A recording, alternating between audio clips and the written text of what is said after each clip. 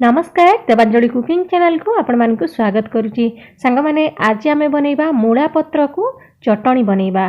मूला पत्र को साधारणतः किछि लोक खांती किछि लोक फिंगी मध्य दियंती, तो ताको आमे न फिंगी की आज आमे बढ़िया चटणी तयारी करबा। ई चटणी को आपण रोटी किंबा भात सहित खाई परिबे, बहुत ही बढ़िया लागि थाए।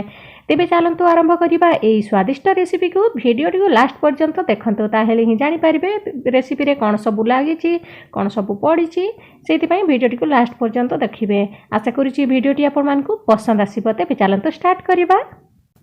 प्रथमे आमे कढ़ई को गरम करिकी देई दबा गोटे छोटा चामच तेल। तेल को भल भाबरे गरम हो सारला परे तेल रे देई देबा आधा चामच जीरा। जीरा को भल भाबरे फुटीबा पई दबा। एबे आमे जीरा रे देई दबा कंचा लंका।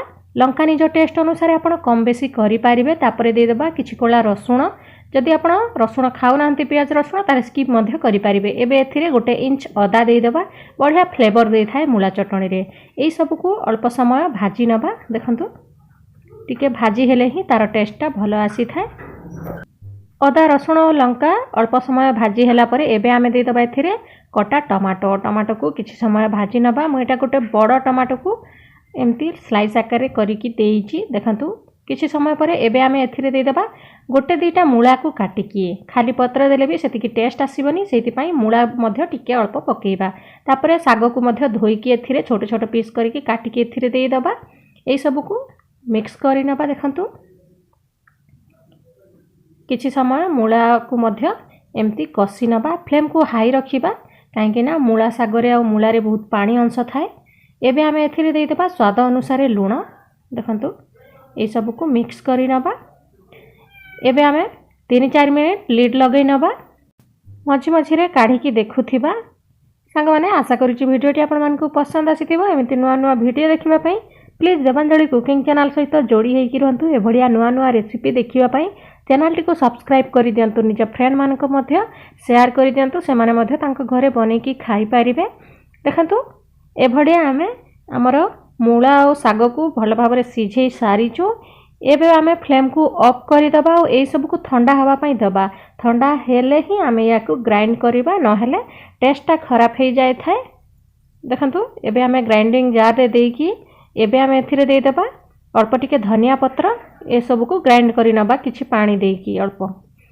देखंतु भल भाबरे हमर मूला चटणीटा रेडी हे जाईची। मूला साग चटणीटा एबे आमे याकू गोटे गिना को काढी नबा। तापरे आमे अल्प छुंक देई दबा एथिरे। छुंक न देकी भी आपण खाई पारिबे, किंतु छुंक देले बहुत ही बढ़िया लागि थाए।